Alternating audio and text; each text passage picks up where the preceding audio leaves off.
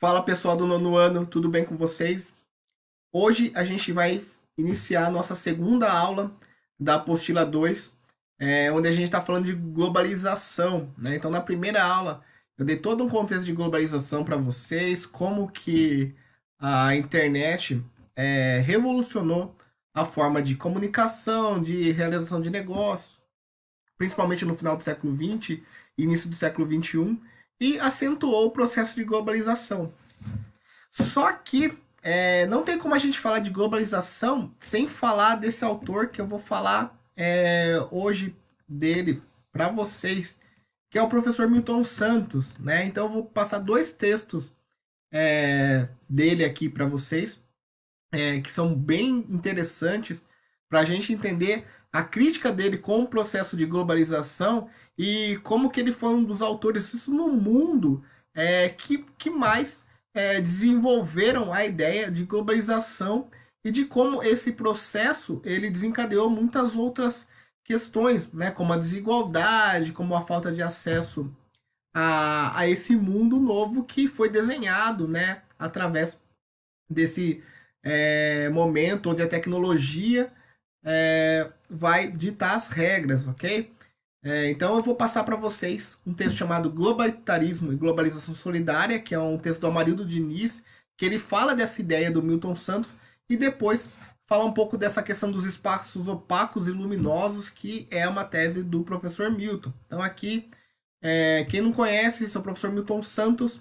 Ele é o único geógrafo brasileiro premiado com o prêmio Vultrland, que é basicamente o prêmio Nobel da Geografia, né? Então, ele nasceu na Bahia, né, em Brotas de Macaúbas, no final da década de 20 e morreu no ano 2001, né?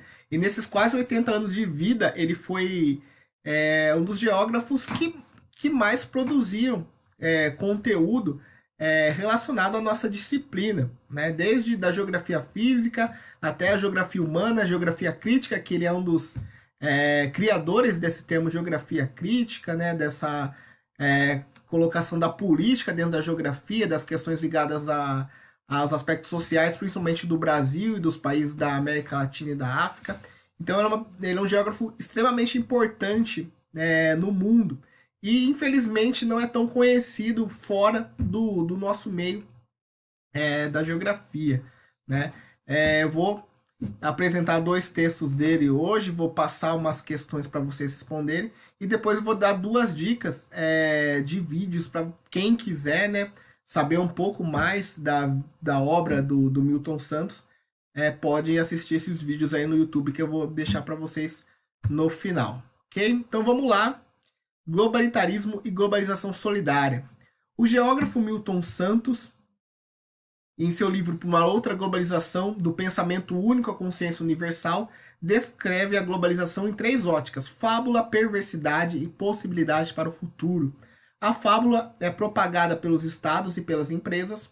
Eles dizem que a globalização seria inevitável, ou seja, propagam um pensamento único. Então, as empresas, os estados pintam a globalização como fábula, né? Ou seja, uma coisa bela que não tem como sair dela, onde todo mundo vai ter os mesmos acessos, tal. Então essa é a fábula. A perversidade da globalização acontece pois seus benefícios não alcançam a todas as pessoas. Ao mesmo tempo, muitos são excluídos da festa do consumismo, propagado pela publicidade todos os dias, pelos meios de comunicação.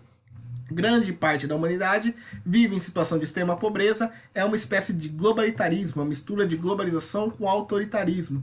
Então a perversidade vem nesse sentido. A globalização existe, mas nem todo mundo vai ter acesso aos benefícios da globalização. Tecnologia, o acesso a bens, o acesso a consumo, porque a gente vive num mundo desigual, onde a maioria das pessoas vive em situação de extrema pobreza, principalmente nos países da América Latina, da África, da Ásia, né, onde muita gente se encontra nessa situação. Então, o Milton fala da globalização como perversidade.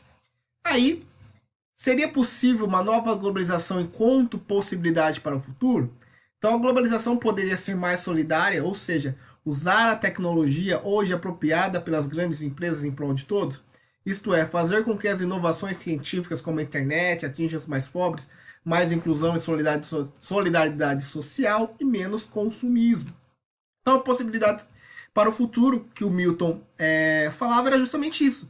Você usar dos meios de comunicação, da internet, para, de alguma forma, ajudar as pessoas mais pobres. Né? De que forma? Você pode usar uma câmera que nem todo mundo tem acesso, mas para denunciar uma desigualdade, um desvio de verba. Né? Então você pode usar esses meios que a tecnologia dá, essa rapidez, e fazer as denúncias, fazer as críticas e tentar ajudar as pessoas. Então essa seria a possibilidade para o futuro.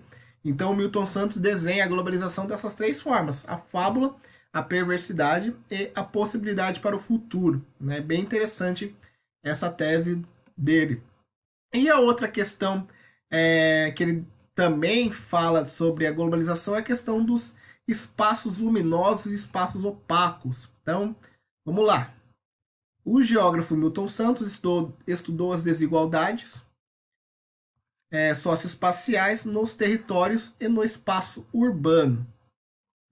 O professor identificou espaços luminosos e espaços opacos.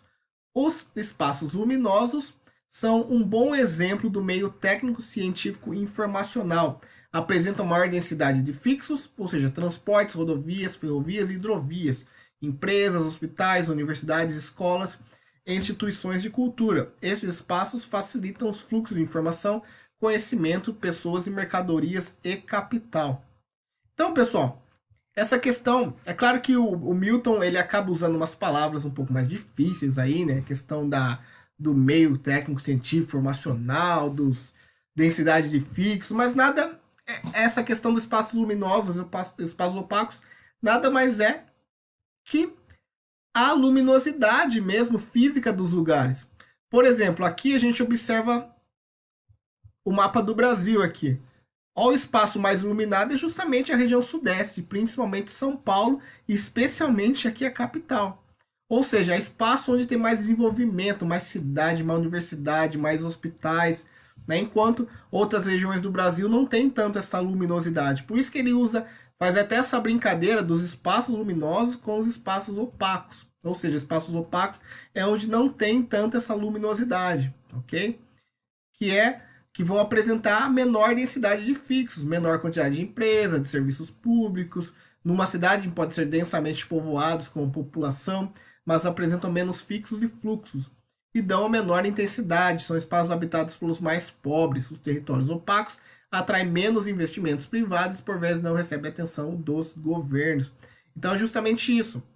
Essa relação entre espaços luminosos e espaços opacos é essa contradição entre os lugares que têm a melhor condição de vida, onde moram os mais ricos, onde tem o maior acesso a bens públicos e privados, e os espaços sem luminosidade ou opacos são espaços onde justamente ocorre o contrário, onde residem as pessoas mais pobres, onde não tem essa quantidade de benefícios para as pessoas. Certo? Então trouxe. É claro que, pessoal, eu resumi isso em alguns minutos, essas duas ideias do Milton Santos. É claro que a gente poderia aprofundar muito isso, né? Mas o espaço aqui de uma aula é meio limitado. Então, é um tema bem complexo assim, mas eu trouxe de alguma forma para vocês conseguirem fazer a compreensão, ok? Então, eu vou deixar para vocês a questão 11. Então, a partir da leitura do texto Globalitarismo e Globalização Solidária, explique como a globalização é fábula, perversidade e possibilidade para o futuro. Dê exemplos. Vocês vão fazer aí a 11, com base no primeiro texto. E com base no segundo texto, vocês vão responder a questão 12. A partir da leitura do texto, responda o que é um espaço luminoso na A, o que é um espaço opaco na B. Na C, você identifica os espaços luminosos e opacos em sua cidade? Cite exemplos. Na sua cidade, né, existe espaços onde tem concentração maior de riqueza e outros espaços onde tem maior concentração de pobreza, basicamente. E D, o que você faria para iluminar os espaços opacos do seu município? Né? Seria levando investimento, levando bens públicos, tal. Aí vocês vão dar exemplos de ideias de vocês mesmos, ok? Então, como eu disse para vocês, é bem resumido esse conteúdo, né? O professor Milton Santos ele tem muitas outras teses que ele defende, muitos livros que ele publicou. E quem se interessar pelos estudos dele, eu vou deixar como dica aqui no YouTube a entrevista dele no Roda Viva, que é uma aula magna, tipo, que ele fez em 97, né? Muito interessante essa entrevista dele.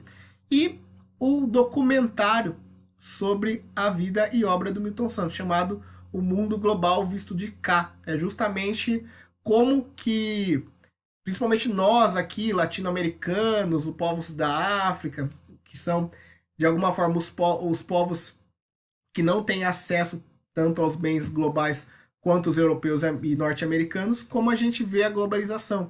Então, esse documentário é muito interessante, que mostra o Milton Santos defendendo as ideias dele em congressos, em palestras, e em contraponto também aparecem manifestações do pessoal da Bolívia contra a privatização da água, o pessoal do movimento do Sem Terra.